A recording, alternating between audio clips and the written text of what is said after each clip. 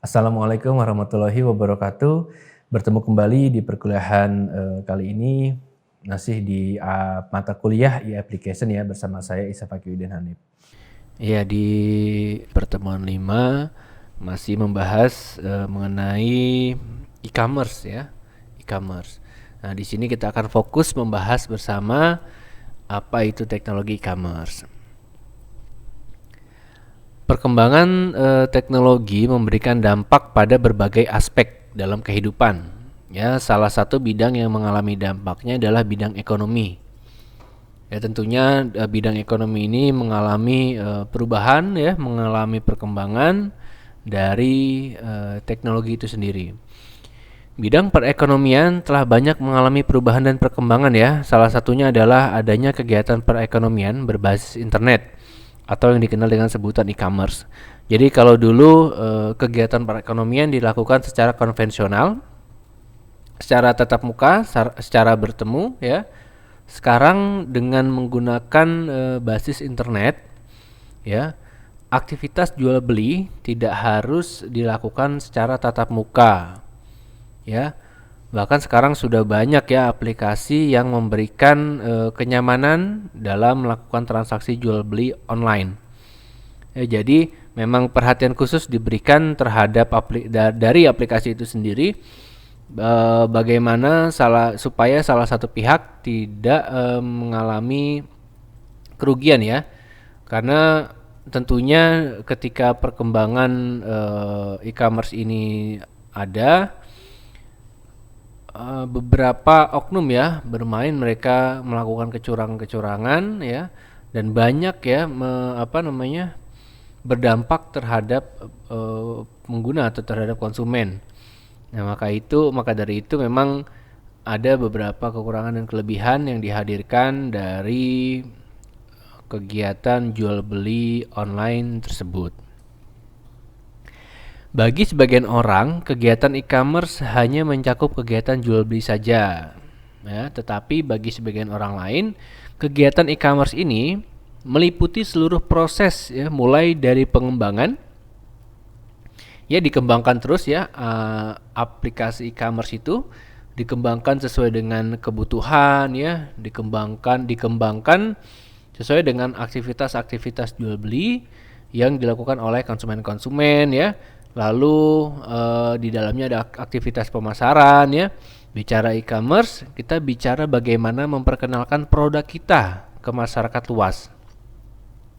Bagaimana cara kita memberikan sebuah branding ya, untuk masyarakat itu mengetahui bahwa kita punya produk yang memang masyarakat butuhkan, atau bisa dikatakan produk yang unik, yang baru ya. Lalu aspek di dalam e-commerce itu juga adanya proses penjualan ya.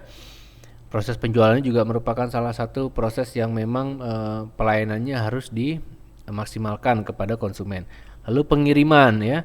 Pengiriman tentunya menggunakan jasa pihak ketiga, tapi beberapa e-commerce memberikan pelayanan yaitu pengiriman secara tersendiri dari satu entitas dalam perusahaan e-commerce tersebut. Ya, kalau kita sekarang lihat yang sudah menggunakan tuh salah satunya Lazada ya, Lazada Express ya. Dia sudah memberikan pelayanan terkait pengiriman. Lalu pemasaran ya, ada pemasaran juga tadi itu sampai pada pembayaran konsumen.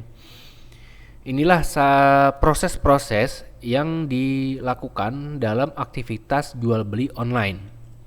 Ya, mulai dari pengembangannya sampai proses jual belinya, ya, sampai pada pembayarannya, tentunya sampai juga kepada nanti layanan after salesnya seperti apa yang diberikan dari aplikasi e-commerce itu sendiri. Kegiatan e-commerce ini sangatlah bergantung pada berbagai pihak yang mendukung kegiatan tersebut. Ya, berbagai mitra ini sangatlah memiliki peran penting dalam keberlangsungan kegiatan e-commerce. Ya, kita garis bawahi ya, kegiatan e-commerce ini sangatlah bergantung pada berbagai pihak yang mendukung kegiatan tersebut. Ya, pihak tersebut ya bisa jasa pengiriman, bisa aplikasi e-commerce itu sendiri ya. Lalu ada perbankan ya buat payment, pembayarannya ya. Jadi supaya aktivitas jual beli itu berlangsung, dibutuhkanlah pihak-pihak tersebut yang memang mereka memiliki peran penting ya untuk mendukung terjadinya aktivitas jual beli. Nah, pada tahun 1990 ditemukan teknologi World Wide Web ya yang membuat kegiatan e-commerce makin marak dilakukan. Ya, teknologi tersebut memungkinkan kita untuk melihat tampilan web disertai gambar-gambar dan suara. Ya, sekarang juga sudah ada video ya, tidak hanya data saja seperti yang ada pada tampilan sebelumnya. Nah, memang kita bicara soal e-commerce nih, tentunya kita bicara website, tampilan. Bagaimana kita menawarkan produk melalui foto-foto yang kita hadirkan, yang kita upload ya. Bagaimana kita menghadirkan produk juga mendukung melalui bentuk suara atau melalui video ya untuk promosinya. Nah inilah kita kayak bicara soal e-commerce ya, unsur-unsur ini ya sangat penting untuk mendukung terjadinya proses transaksi jual beli. Nah dimulai pada tahun 2000 perkembangan bisnis online semakin pesat. Ya semakin banyak perusahaan-perusahaan ya di luar sana di Amerika dan Eropa itu menjalankan bisnisnya secara online. Ya dan pelopornya yang sekarang sudah sangat terkenal ya, sudah sangat luar biasa perkembangannya yaitu Amazon.com dan eBay.com. Ini Amazon.com luar biasa sekali perkembangannya, proses jual beli ya di dalamnya produk-produknya semakin luas dan mendunia. Ya tentunya pendapatan mereka sangat luar biasa serta perkembangan dari perusahaan tersebut ya, penambahan perluasan lapangan kerja ya. Ini salah satu situs-situs yang memang mereka konsisten ya dalam menjalankan bisnis online ya. Di Indonesia sendiri perkembangan kegiatan e-commerce sudah mulai tahun 1993 ya. Pada saat itu PT Bhinneka ya memutuskan ya untuk memilih menjalankan bisnisnya dengan basis online. Ya rekan-rekan bisa melihat ya dan mencari PT Bhinneka Dimensi ini memang salah satu e-commerce yang sudah cukup dalam tanda kutip tua ya, yang sudah cukup senior di Indonesia. Mereka menjalankan aktivitas jual beli melalui online. Sampai sekarang pun masih konsisten dalam menjalankan aktivitas e-commerce tersebut. Nah, di Indonesia pun tahun 2005 mulai bermunculan berbagai website bisnis marketplace ya. Bisnis marketplace ya, suatu lahan kegiatan jual beli barang yang tak lagi terbatas pada ruang dan waktu. Ya, mau kapan pun, mau jam berapapun, tetap proses itu berjalan.